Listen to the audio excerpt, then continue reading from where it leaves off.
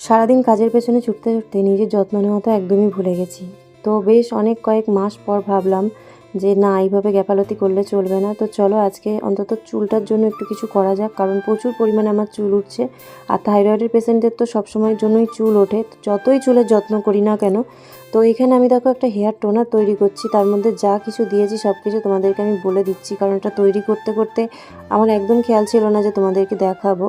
তো এটা তৈরি করার পেছনে আমার রিজন হচ্ছে, এটা লাগানোর পরে আমার চুলটা বেশ অনেকটা পড়ার থেকে কমে যায় আর চুলটাই ভালো থাকে। কারণ আমাদের নিজেদের জন্য যেমন খাবারের প্রয়োজন, সেরকম আমাদের স্কিনের আর চুলের জন্য তো খাবারের প্রয়োজন, তাই না? তো গুড মর্নিং বন্ধুরা, কেমন আছো তোমরা সবাই? আশা করছি সবাই খুব ভালো আছো, আর যে যেখানে আছো সুস্থ আছো।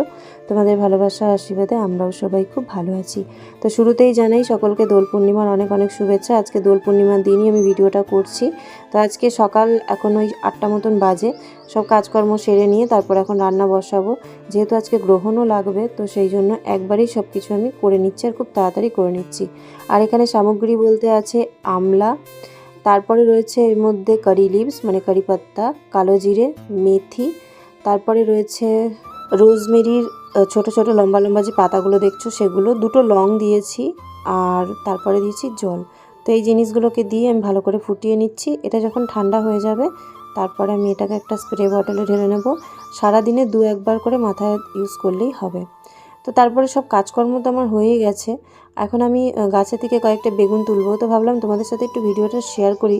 তো আমাদের দেখো গোলাপ গাছে কত সুন্দর গোলাপ ফুটেছে, তোমরা এর আগেও দেখেছো। শীতের সময় কিন্তু এরকম বড় বড় থোকা থোকা গোলাপ ফোটে, আর এটাই হচ্ছে একদম শীতের শেষের গোলাপ। এরপরে আর পুরো গরমটাতে কোনো রকমেরই গোলাপ ফুটবে না, আর ফুটলেও একদম ছোট ছোট, আর তারপরে আবার সামনের শীতে ফুটবে।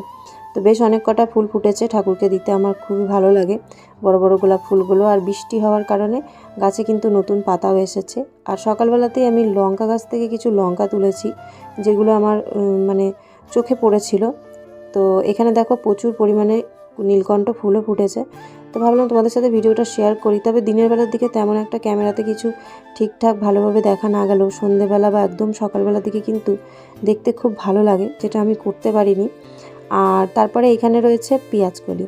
তো শিপ্রা হাজরা বোন আগের দিন আমাকে কমেন্ট করেছিলে যে কলির যে ফুল ফোটে তো সেগুলোই নাকি পেঁয়াজ কলি, আর যেগুলো পাতা সেগুলো তো খাওয়া যায় না। আর পাতাগুলো না কাটলেই ভালো হতো, আমিও পরে রান্না করে দেখলাম। আর পাতাগুলো থাকলে নাকি নিচে পেঁয়াজও হয়, তো সেটা দেখো একদমই আমি জানতাম না। তুমি কমেন্ট করলে তারপরে জানলাম। আর পাতাগুলো একদিন রান্না করে ঠকে গেছি, মানে বুঝতে পেরেছি পাতা খাওয়া যায় না। আর এইখানে দেখো বেগুনগুলো কিন্তু বেশ অনেকটা বড় হয়েছে, তবে এগুলো এখনও তোলার মতন হয়নি, আরও একটু বড় হবে। লম্বা বেগুন আর গোল বেগুন দুরকমই তোমাদের দাদাভাই লাগিয়েছে।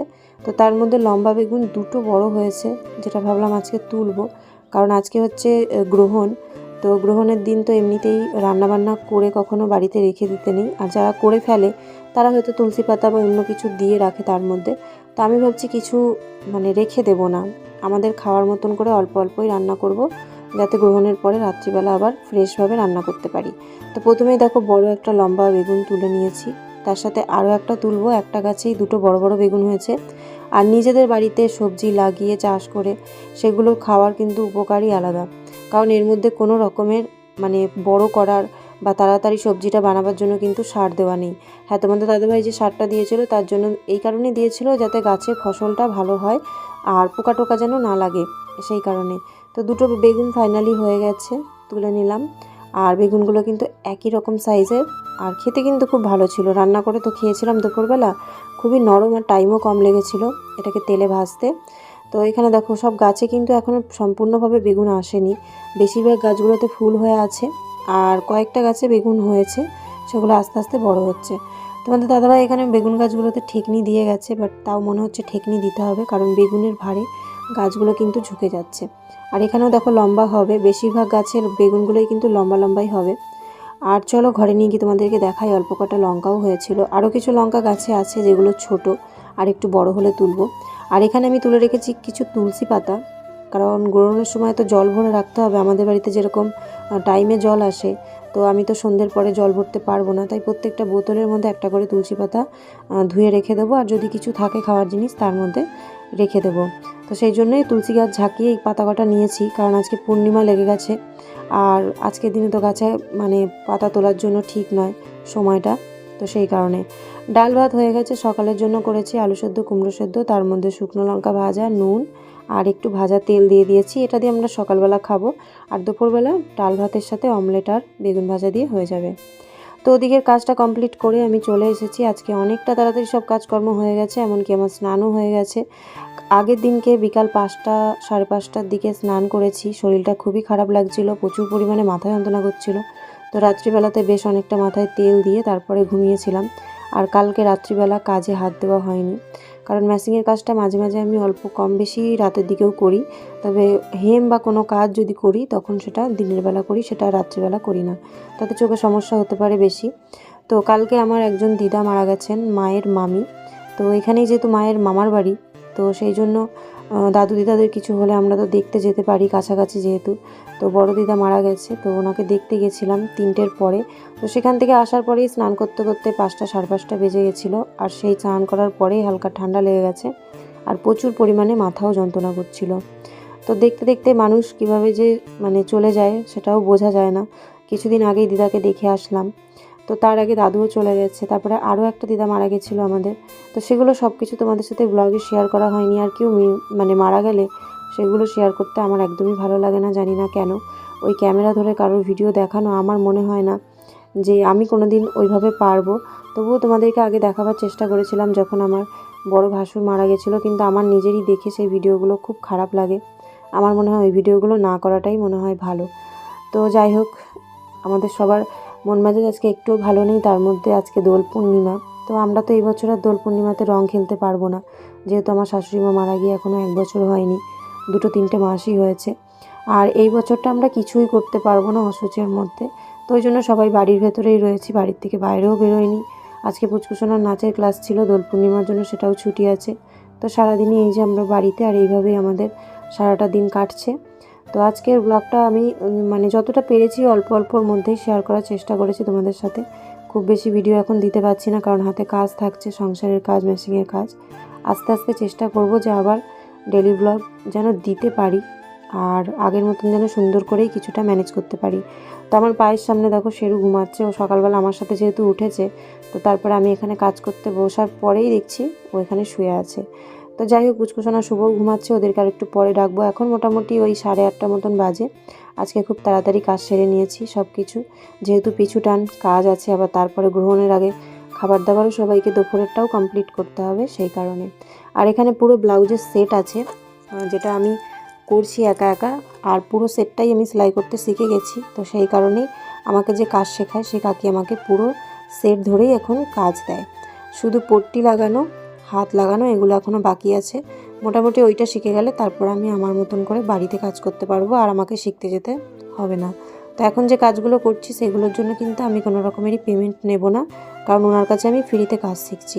তো ফ্রিতে কাজ শিখছি যেহেতু, তো ওই জন্য তো ওনার তো কাজ তো আমায় কিছু করে দিতে হবে, আর করার সাথে সাথে আমার শেখাও হয়ে যাচ্ছে। এক প্রকার দেখতে গেলে উনি আমাকে করিয়ে নিচ্ছে, আমাকে পেমেন্ট করতে হচ্ছে না।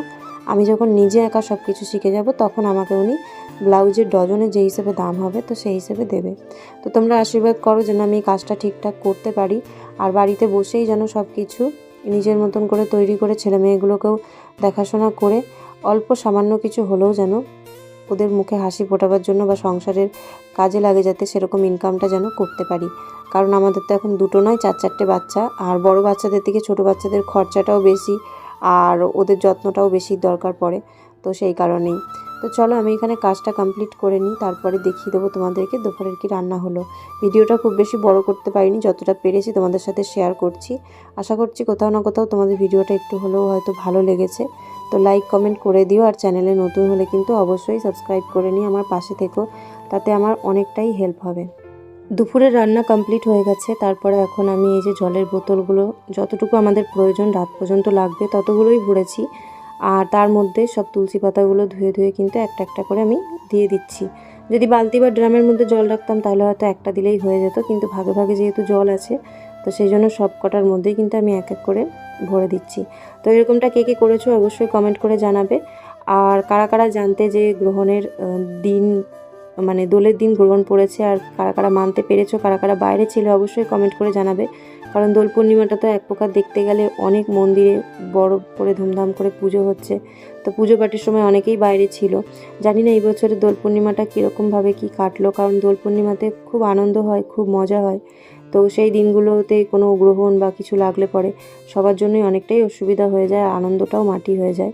তো এখানে দেখো ছোলা বাদাম আমি একসাথে করে ফেলেছিলাম ভুল করে, তো সেখান থেকে বেছে তুলতে সময় লাগছিলো বলে আমি একবারেই ভিজিয়ে দিলাম। রাত্রিবেলা যেহেতু কাবলি ছোলার ঘুগনি হবে, তো ছোলাগুলোকে পরে আমি বেছে নেব, আর বাদামগুলোকে আলাদা করে তুলে নেব, কারণ এই বাদামগুলো তো খেতে লাগবে, তো ওই জন্য দুটো একসাথেই ভিজিয়ে দিয়েছি। আর এখানে পাকা ঘরু বোতলের মধ্যে কিন্তু ভালো করে তুলসী পাতাগুলো দিয়ে ঢাকনা বন্ধ করে দিয়েছি। আর এখন দুপুরবেলা আমরা খেতে বসেছি। তো এই দেখো এটা হচ্ছে গাছের বেগুন ভাজা। তো বেগুনগুলো এত সুন্দর নরম আর তুলতুলে, ভাজার পরে এত ভালো লাগছে, কারণ বীজ হয়নি, আর বেগুন একদম ছোটোতেই খেতে ভালো লাগে। আর এখানে রয়েছে ডিমের অমলেট, আর সকালের ভাত আর ডাল। তো এই দিয়েই দুপুরে আমরা খাওয়া দাওয়াটা করেছিলাম। কেমন লাগলো ভিডিওটা অবশ্যই কিন্তু কমেন্ট করে জানিও।